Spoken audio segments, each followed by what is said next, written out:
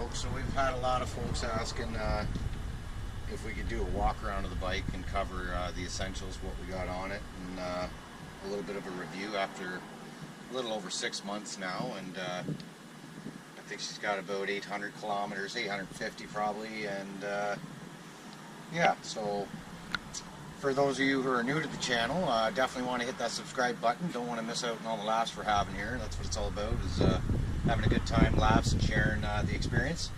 So do that, and click the bell, and you'll get notified of all of our new videos coming. You don't want to miss out. So that being said, we'll get to the channel and the bike. So I started out, when we started the channel, on a 450 King quad, and it was a great little quad. We beat the piss out of that bike, and why did we get rid of it? Because the frame was so twisted, and we'd done a few repairs on it, and it was just kind of getting to the point of not being safe. So what do? We ran out, we got this thing, 1000 XMR 2018 Can-Am Renegade, and yeah, it's a safe ride, real safe, boys.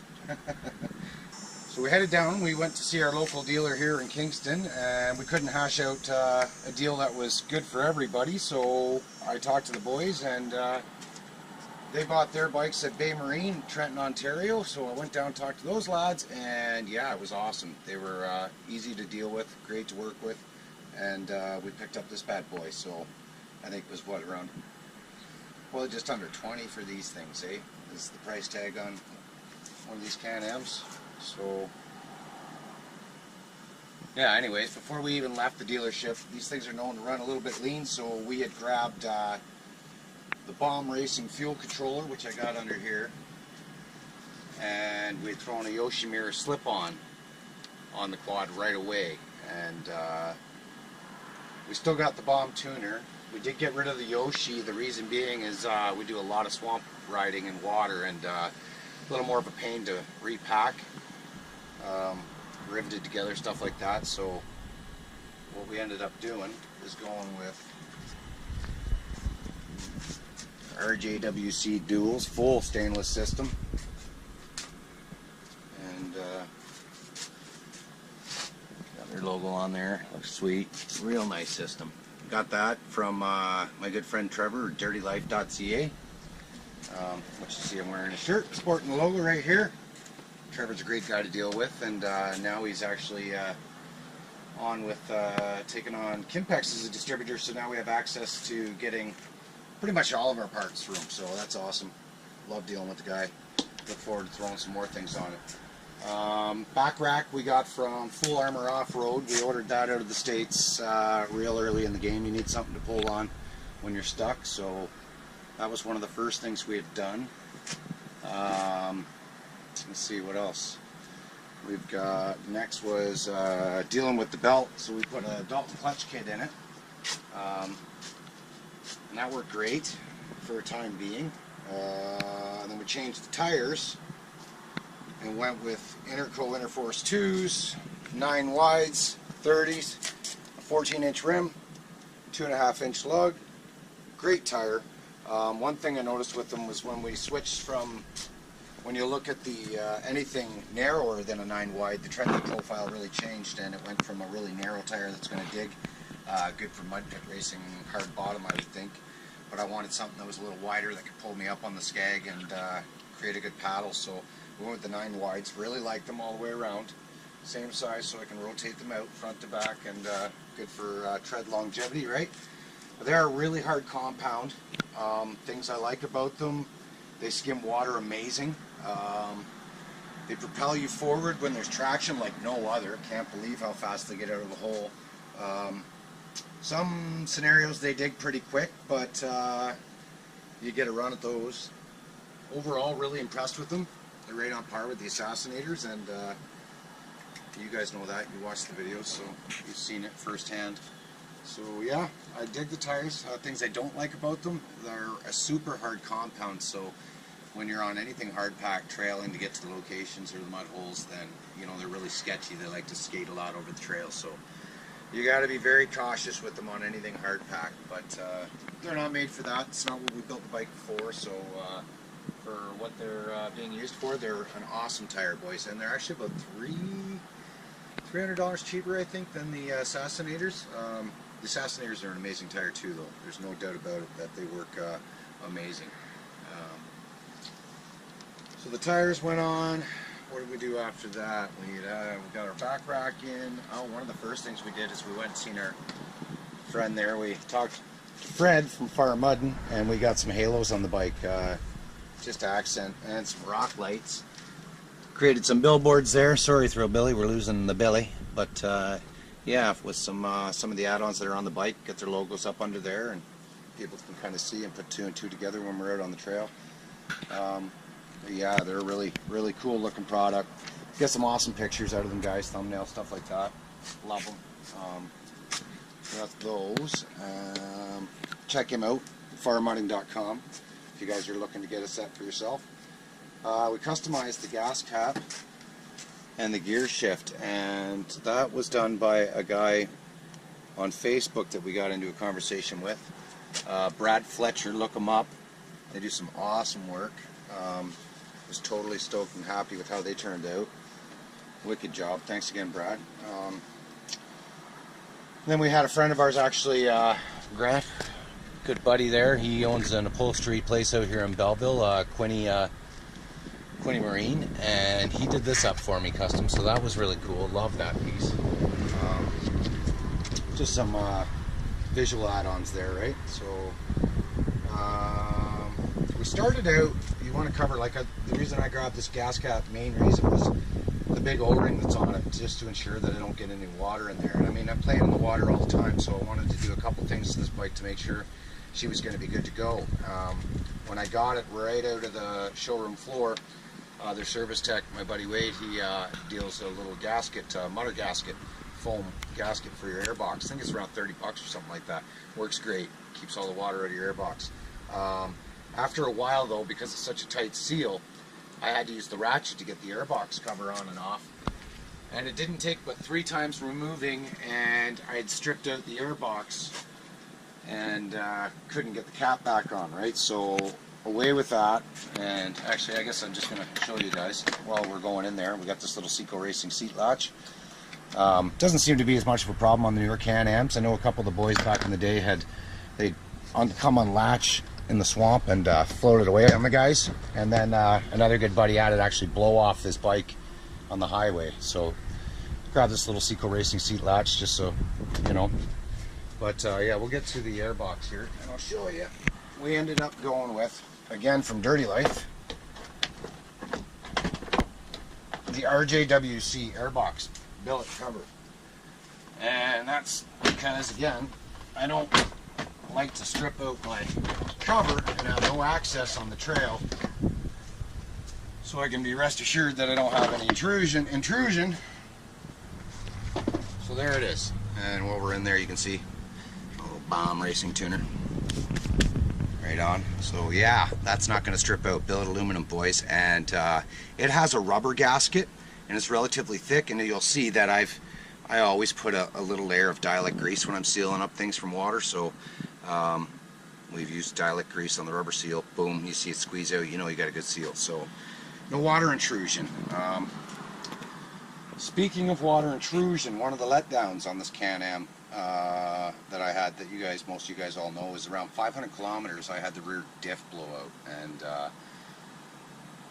they're infamous for taking water in these seals, and so we ended up actually, we had no problems whatsoever dealing with Bay. That was awesome. They had me a new diff right away, covered under warranty, obviously. I mean, those guys know how to treat their customers right. So I took that new diff and I took the opportunity to send it out west to Mud and Wheels, Jared Burley of mudandwheels.com, and we had him rebuild the new diff, and he sets the lash to a better tolerance spec and make sure that everything is bang on. Since we did that, we haven't had an issue with the rear diff. Powder coating was done by Thrillbilly. Awesome job, just mint. Can't believe it. It just turned out mint. He even got the bolts red over here. Check this out, boys. Just some added touches. Yeah, buddy, written in here on the collar of the axle. We swapped out, of course, and we put the bellows on. Vent lines are not really needed if you got a good seal with your bellows. Kind of prefer the bellows. We went a step further with Jarrett. We actually got a properly phased and balanced drive shaft through Mud and Wheels also. I think that was, you know, probably a couple $100. Having a brand new diff sent out to Jarrett was much more cost efficient. I think both were under $1,000, I do believe, don't quote me, versus sending out a used diff to have it relashed and everything from Mud and Wheels, I think is quite a bit more expensive. So we took the opportunity, sent the brand new diff that was under warranty through Bay Marine out west, had it done, good to go, peace of mind. Also, I've been on like four running rides since I've had this in, like real bad rides, more than 4, but bad underwater, to like where you're spending just a lot of time underwater most of the ride, and not a drop in there yet, boys. No leaks from the seals, none of that. Actually, this Can-Am's been really good to me. Haven't busted any axles, haven't busted any drive shafts, haven't had any leaky seals. Got on some of this stuff pretty early. Doing my best to make it bulletproof with the help of guys like Jared from Mud and Wheels. Another thing we took the opportunity to do is we reached out and we contacted Alka and said, do you think you could provide a better ride? Now, I've talked to a lot of guys, and apparently, you know, the Fox shocks that were on it, you know, if they're valved and set up for you specifically, if you send them to Fox or to a valve, somebody who does shock valving, and have them set up and specified for you, well then yeah, you're going to get a great ride out of them. But I found them pretty rigid, and Alka was just coming out with a new Stage 3 designed for the 1000, and so yeah, we went right ahead and ordered those up and haven't looked back, and God, I'm so happy with them. I'm so I can't tell you how plush and soft this ride is. I guess I'm getting old, but man, it rides like a Cadillac now. Love it. So Alka for the win there, boys. What else did we do? Yeah, we were trying to avoid the rad relocate for as long as possible because I'm just not a big fan of the look of them. Well, some of them look pretty damn cool. There's nothing wrong with those. Some look for sure. But I wanted to avoid it. Again, for another reason was the camera off of my helmet, staring at the back of it all the time. I try to give you guys the best view I can possible. So that's the biggest factor right there. More added weight, things like that. So knowing that the bikes run hot, my buddy Wade, service tech from Bay Marine, again turned me on to this little product over here. Actually, it's a Boysen super cooler water pump kit. And here it is here. And the old Can-Am one had a real 90 going on here, whereas this has got a real nice contoured curve, which is right there going to open up better flow. They also changed the impeller to a high flow impeller, and I haven't had a problem, guys. And you've seen the crap I'm in. I'm like, it's 2.5 feet of clay. Rad packed multiple times now. Yeah, I've worried about it a lot. You hear me, you know, worrying on the videos and talking about how we need to get the water quick, and that's just because I'm paranoid and I don't like taking chances. But I do believe that is the reason I haven't gone into limp mode once. So thank you to Boysen. That was relatively inexpensive, well, not inexpensive, a few $100s US, but to me worth every penny, in my opinion. So that's the Boysen. Oh yeah, not a huge fan of the Visco lock. Never was. Used to tease the boys, actually. I mean, all in good fun. The Visco works good. I mean, if you're in most situations, the Visco works great. Absolutely, no issue. So unless you're super hardcore, like I like to think we are sometimes, I wanted 4 wheels locked together, spinning at all times. So we've got the torque locker, my friend's torque locker right here, installed in the front diff, and that keeps both front wheels locked together at all times in 4-wheel drive. So we have the best chance of getting out of the crap that we could possibly have. Let's see if we can get this plastic back on here. A bit too much of an issue. Make sure those sides are.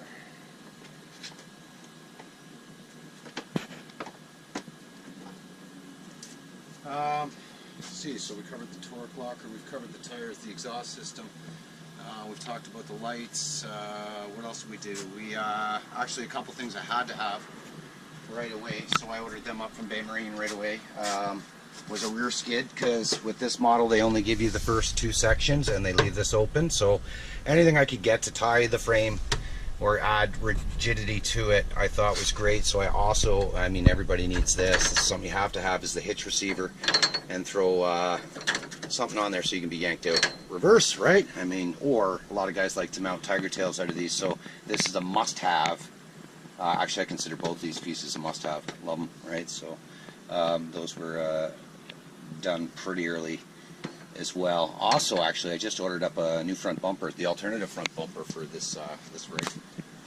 Just tired of seeing the paint chips and all that. Yeah, you guys can see. We're going to send the rear bumper out powder coated. Probably not till winter when we're done riding every day, type of deal, right? So, but yeah, I'm tired of seeing this. Plus, I've never been a real big fan of this whole design. I actually was talking or thinking about cutting these points off at one point, but why destroy a perfectly good bumper? So I happen to like the extreme one that they offer in the OEM catalog through your local dealer. So I called Bay Marine up and got that on order. Should be here probably within the week. We'll slap that on, you guys will see that, so that'll be kind of cool. What else has been done to this rig? Let's see, I think we've talked about, oh, we changed out the winch. I went with the Super ATV winch. They had a blackout model, and I really like the looks of it. Had a black fair lead up front here. I didn't like the big silver rollers on the front. I painted this a few times, but I'm actually going to change out the hook just because it's not big enough to go around some of the hitch receivers there that you've seen there, the clasps that we're putting on the back, shackles rather. So we're going to get a Dirty Life actually is going to get a hold of a bigger hook for me. I asked Trevor, I said, you got something available? He said, I'm looking into it right now for you, and we'll get back to you right away. So we're going to get a new hook on there to avoid those troubles. Good winch, works great. Back to Seco Racing again. We did, actually we added this little billet steering stem stiffener.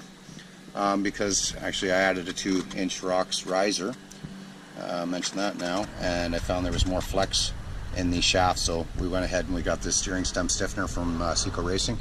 To me, again, another must-have if you've got risers. It just stiffens it up so much more, and look at you getting another 1/2 inch of rise too. So bonus, can never have enough, right? So.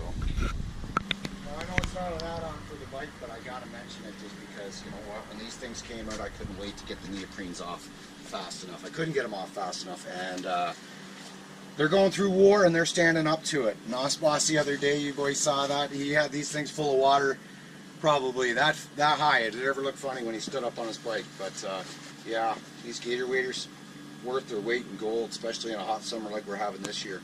They need a little washing. I usually just throw them in a little kiddie pool, a little soap, let them soak, good to go. But man, these lifesaver is what they are. Absolute lifesavers. So yeah, as I was saying there, boys, a little review of the actual bike in itself after 6 months and 850 or so kilometers.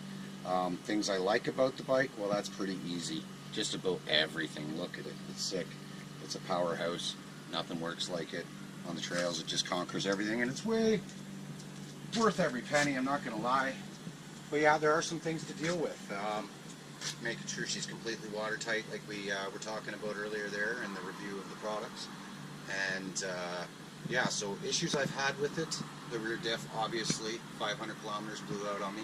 Wasn't an issue, covered by warranty, so not a big deal to me. The diffs seem to be hit or miss a bit, you know, that's the way it goes.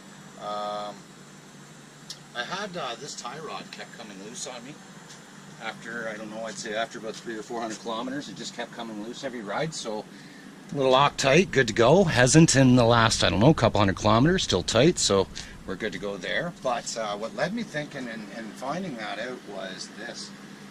And this is the only drawback that I'm not liking about the bike right here. Check out the slop in the steering. That's not a little bit. That is, like, that's over 1/2 inch. That's quite. Now, I trace that down to the tie rods, and I'm looking at the pitman arm right here, and it's not moving. Slowly back that camera on out so we can see the bars and the pitman arm at the same time.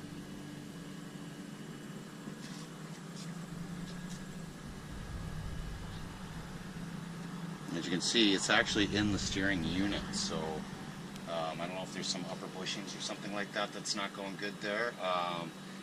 Also, Keith Nosbos has had the same issue with his bike, and quite a few of them actually right around the same kilometers. I'm seeing the same thing pop up a lot. Also, I've seen a lot of power steering issues on guys' bikes with the DPS light coming on, overheating, or I don't know, twitching and really just fizzing out. I don't know. So I don't know. I know that Can-Am changed the power steering unit for 2018 models versus the 16 and the 17 different part numbers. So either we've gotten a hold of a cheaper unit, or maybe they were experiencing problems with the old units that I didn't know about, because like you say, we've got a lot of buddies that are riding the 2016 to 17s, and they've been through hell and back, and they're tighter than this.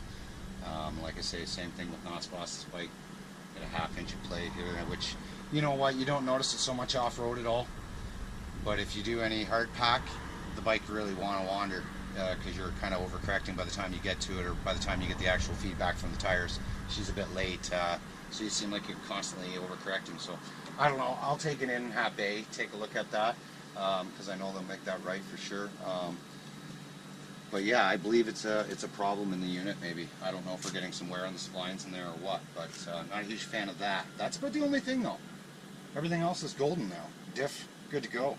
No problem with axles, no problems with drive shafts, like I said, and this thing is just screaming all the time, right? So, power steering unit. I guess that's about the only real downfall I can talk about. So, yeah, but it is what it is, works great. I haven't taken it in yet, so that's because it's just not that big of an issue to me yet. We get some downtime here, come maybe in the winter, then I'll take it in and get it remedied. But until then, we're going to keep riding, keep making videos for you guys, and let's take this in.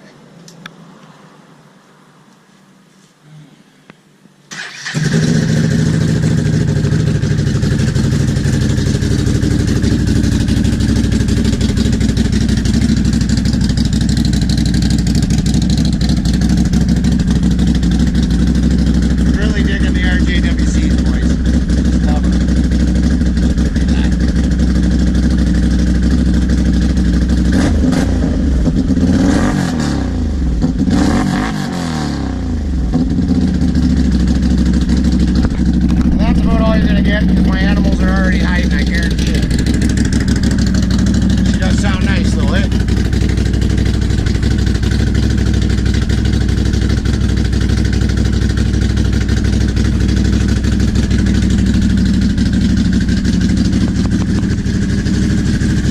I appreciate you guys tuning in. Hope you enjoyed the walk around, and yeah, hit the subscribe button, and be sure to check back for some eventful adventures, eh? Right on. Cheers, boys. Take it easy.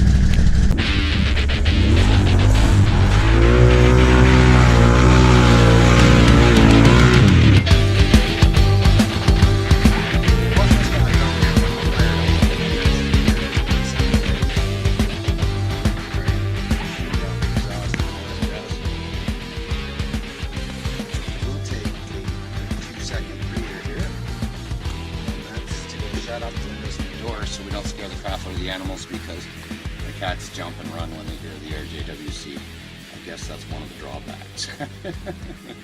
Right on, let's see you in a bit.